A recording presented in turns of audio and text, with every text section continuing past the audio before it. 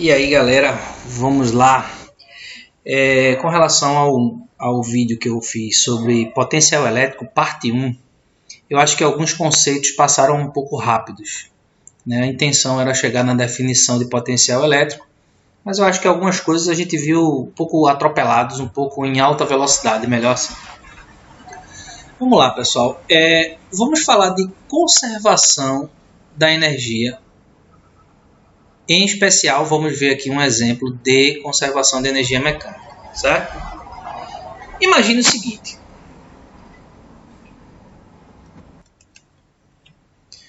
Um corpo de massa M, né, um assunto que a gente já domina bastante aqui, da mecânica, ou pelo menos deveríamos dominar.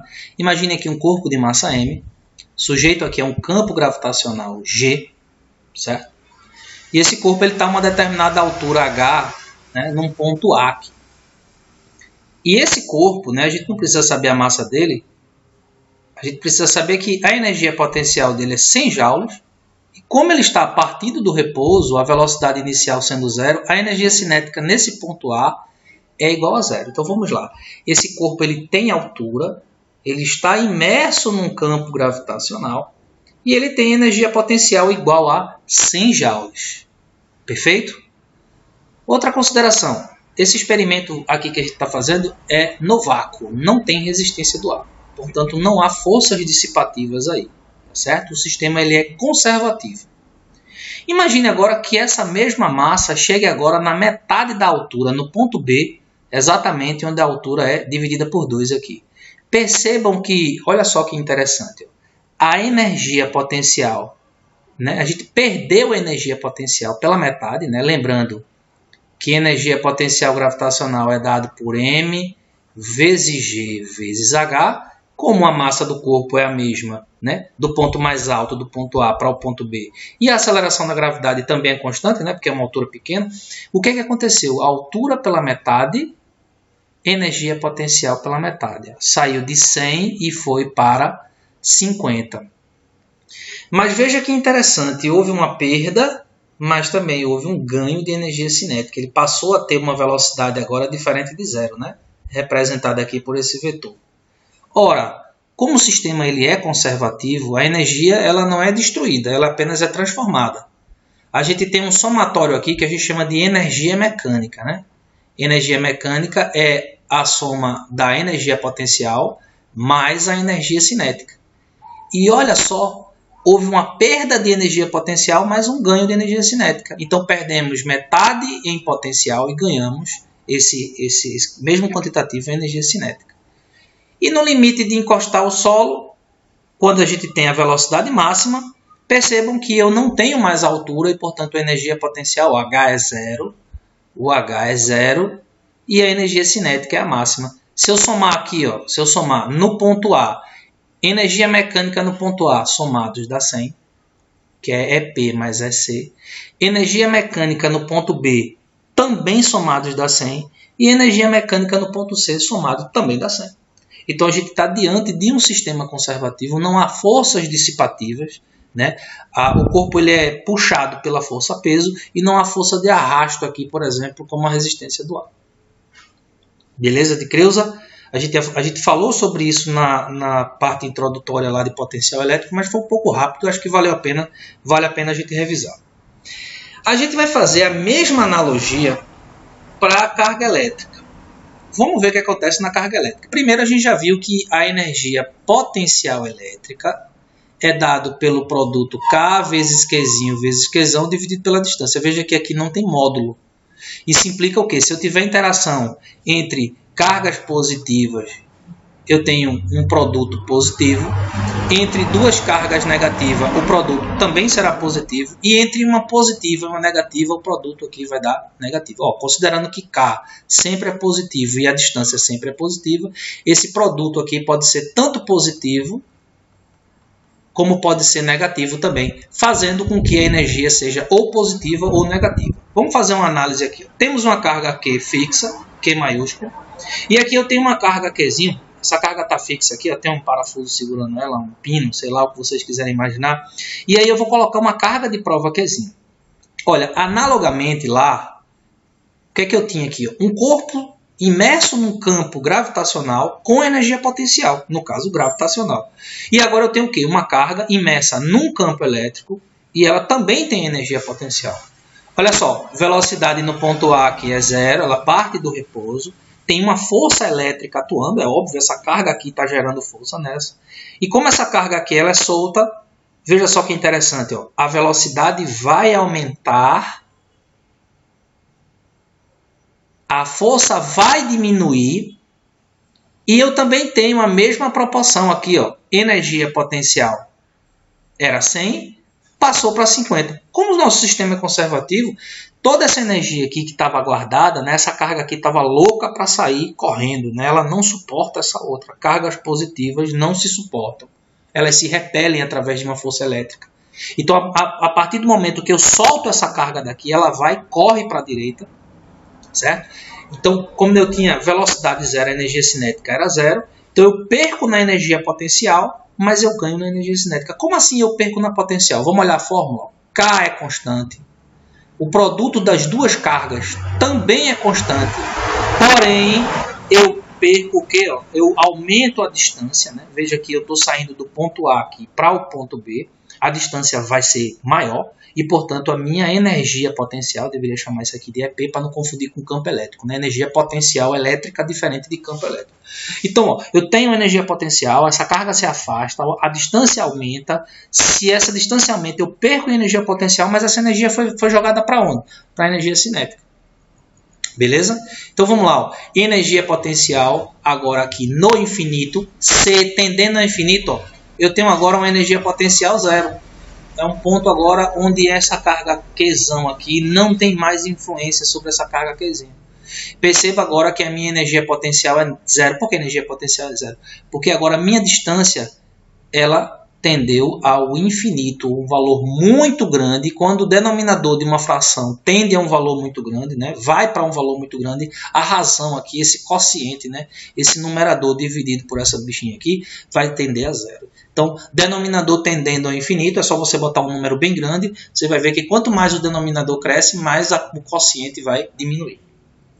Então, olha, somatório das energias 100, somatório das energias 100 e somatório das energias 100. Sistema conservativo.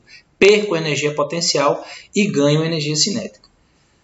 A gente estudou lá em mecânica, né, mais uma coisa de mecânica, que o teorema da energia cinética, a gente viu que o trabalho de uma força é dado pela energia cinética final menos a energia cinética inicial. Por exemplo, para levar um corpo aqui de A até C, é só eu pegar essa energia cinética que é máxima, menos a energia cinética no começo que é zero. Veja que interessante, ó, 100 menos 0 vai dar os exatos 100 aqui. Certo? E a gente também viu que a energia mecânica se conserva. Olha só, energia cinética num ponto, mais energia potencial é igual a energia cinética de C mais energia potencial de C, vamos supor assim. Certo? Se eu passar essa energia cinética para cá, ó, energia cinética de A menos energia cinética de C vai dar energia potencial em C menos energia potencial em A. Certo? Então veja que quando eu faço a diferença das energias cinéticas, eu também posso fazer a diferença das energias potenciais. Beleza? Deixa eu fazer só uma pequena correção aqui, que o interessante para a gente é o seguinte. Ó. Energia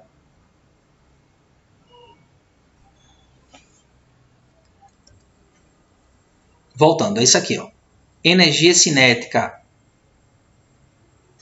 final no ponto C, menos energia cinética no ponto A, é só você observar os valores, que foram aí arbitrários, né? É igual a energia potencial em A menos energia potencial em C. Então você escolhe, ou trabalha com energia cinética ou com a potencial. Se for cinética, o trabalho, né? Isso aqui é o trabalho. Se for trabalhar com a cinética, é cinética final menos inicial. Se for trabalhar com a energia potencial, é a energia potencial em A menos energia potencial em C. Inclusive, na nossa aula introdutória de potencial elétrico, na parte de trabalho de uma força, a gente fez exatamente assim. Olha só agora, ó, carga negativa interagindo com carga negativa. Mesmo esquema, mesmo esquema.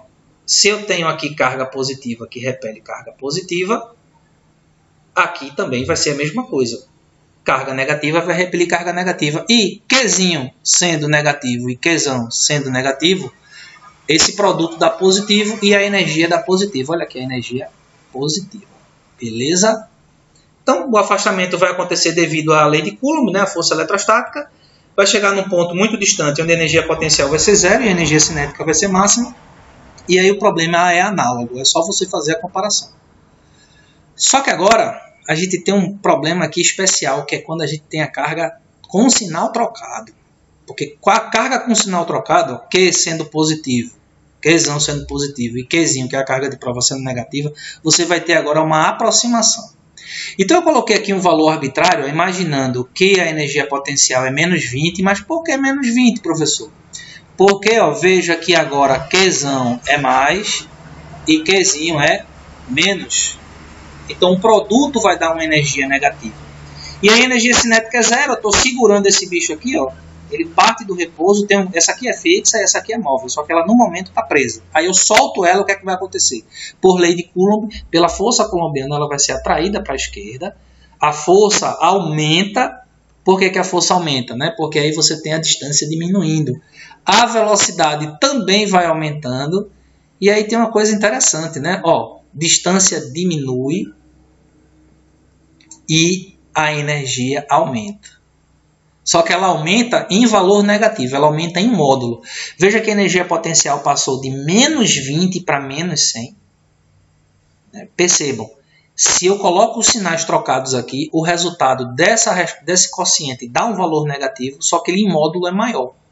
Porque eu tenho uma diminuição da distância. Se a distância diminui, o valor da energia, mais uma vez vamos colocar aqui, é P, né? Energia potencial, para não confundir com o campo.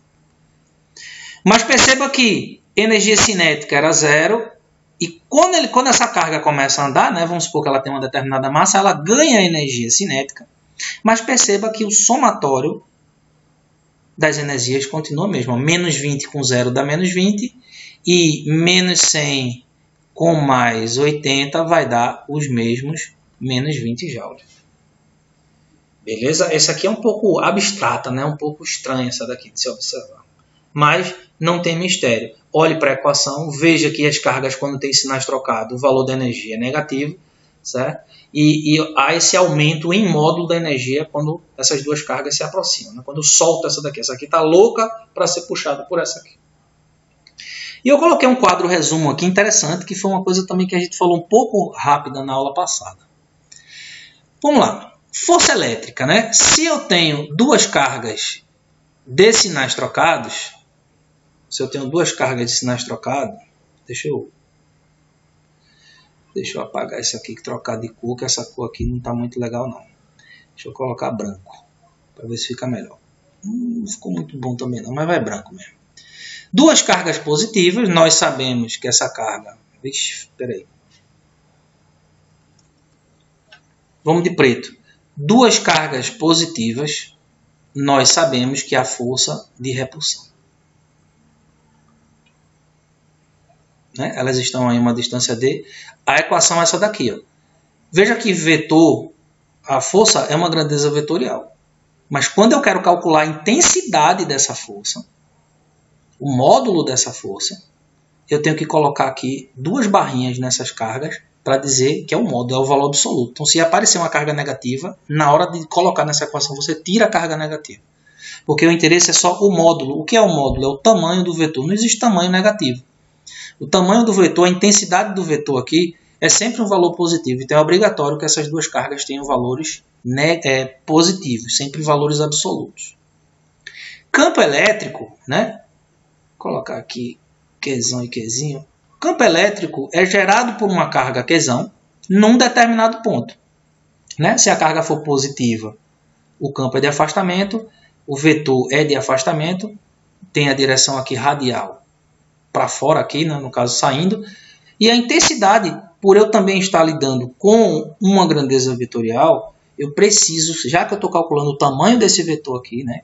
Nesse ponto aqui é uma distância D, que é esse Dzinho aqui, eu preciso colocar os módulos, certo? A energia potencial, olha só, foi exatamente o que a gente está discutindo. Duas cargas, elas interagem, né? O conceito de energia é algo também muito abstrato. Então, existe uma energia associada a essas duas cargas, né? Sejam duas cargas com sinais trocados ou iguais, elas tendem a se atrair ou se repelir, e isso mostra, isso aí evidencia que existe uma energia associada. Como a energia é uma grandeza não vetorial, e eu não tenho que me preocupar em calcular módulo, então eu posso considerar os sinais aqui, ó, eu devo, melhor dizendo, né, considerar os sinais. Então, se o produto Qzão e Qzinho, mais e mais, menos e menos e mais e menos, aparecerem aqui, eu vou ter sinais ora positivos, ora negativos. Beleza? Então, a energia pode tanto dar positivo como dar negativo. E o potencial elétrico também. Ó. Eu tenho aqui uma carga, eu tenho num determinado ponto aqui P, eu quero calcular o potencial nessa região, eu uso essa equação, que também não tem módulo, é também uma grandeza escalar. Veja que eu só me preocupo com os módulos quando as grandezas são vetoriais, certo? Mas no caso do potencial elétrico, se eu tiver carga negativa, o potencial é negativo. Se eu tiver carga positiva, o potencial vai ser positivo. Beleza? Um abraço a todos.